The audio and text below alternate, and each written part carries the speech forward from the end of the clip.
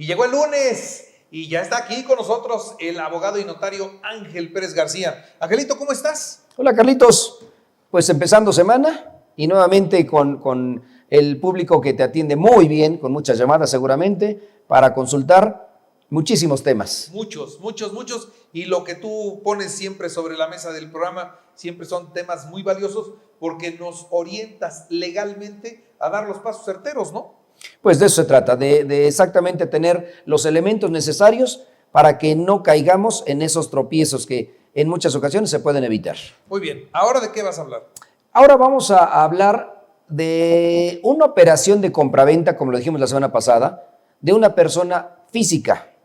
Pero esa persona física le otorga un poder a otra persona. Es decir, papá y mamá se casaron en sociedad conyugal, son propietarios del inmueble, pero ya no pueden salir a la calle, están enfermos, le otorgan un poder con actos de dominio al hijo. Y el hijo es el que vende la propiedad.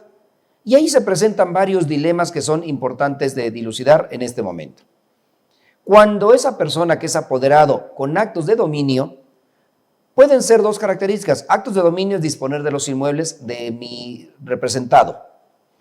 Actos de dominio irrevocable, y ahí se presenta una situación que es bien importante y que la vamos a analizar en una entrega posterior.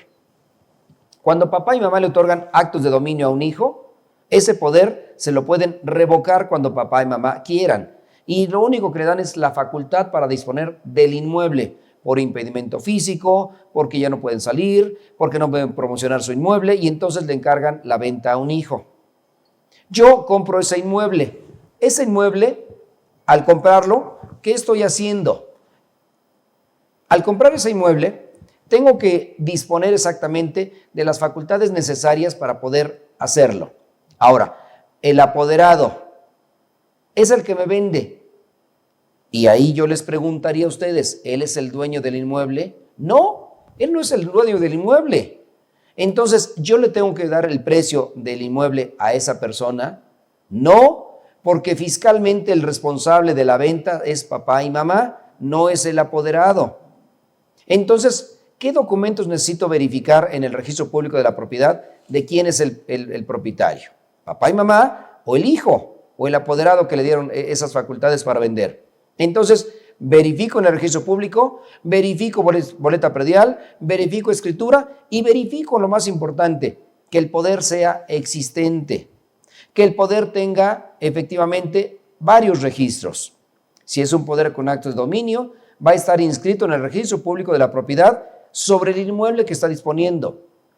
Si es un poder con esas características, tiene que estar inscrito en el Registro Nacional de Poderes, RENAP. Pero si el poder es irrevocable, papá y mamá se lo dieron al apoderado hijo para que tenga facultades de disponer, aún después de la muerte de ellos dos, tiene que ser un poder irrevocable.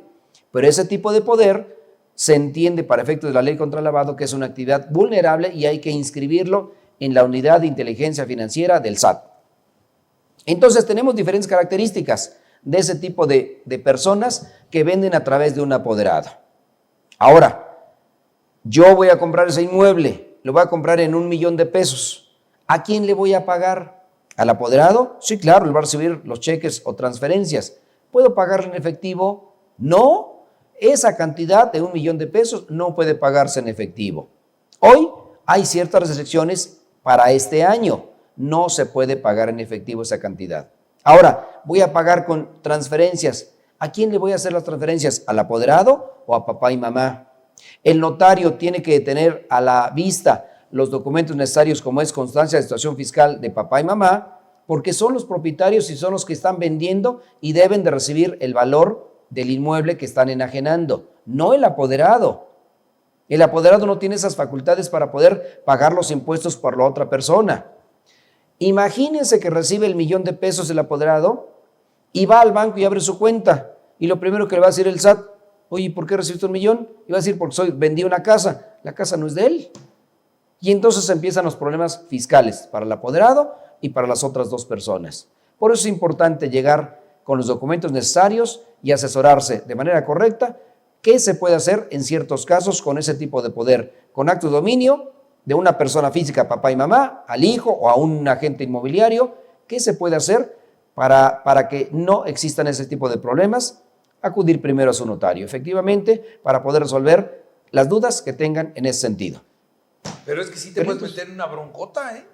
Terrible, terrible porque fiscalmente llega la persona, le paga al apoderado y el apoderado mete su dinero al banco, lo deposita, 1 millón de pesos, y el fisco va a decir, ¿y por qué? Si usted no es el dueño son otras personas y tienen que declarar sus impuestos las otras personas. Entonces, es un problema pagarle a quien no debes. Y pago de lo indebido se da en muchas ocasiones.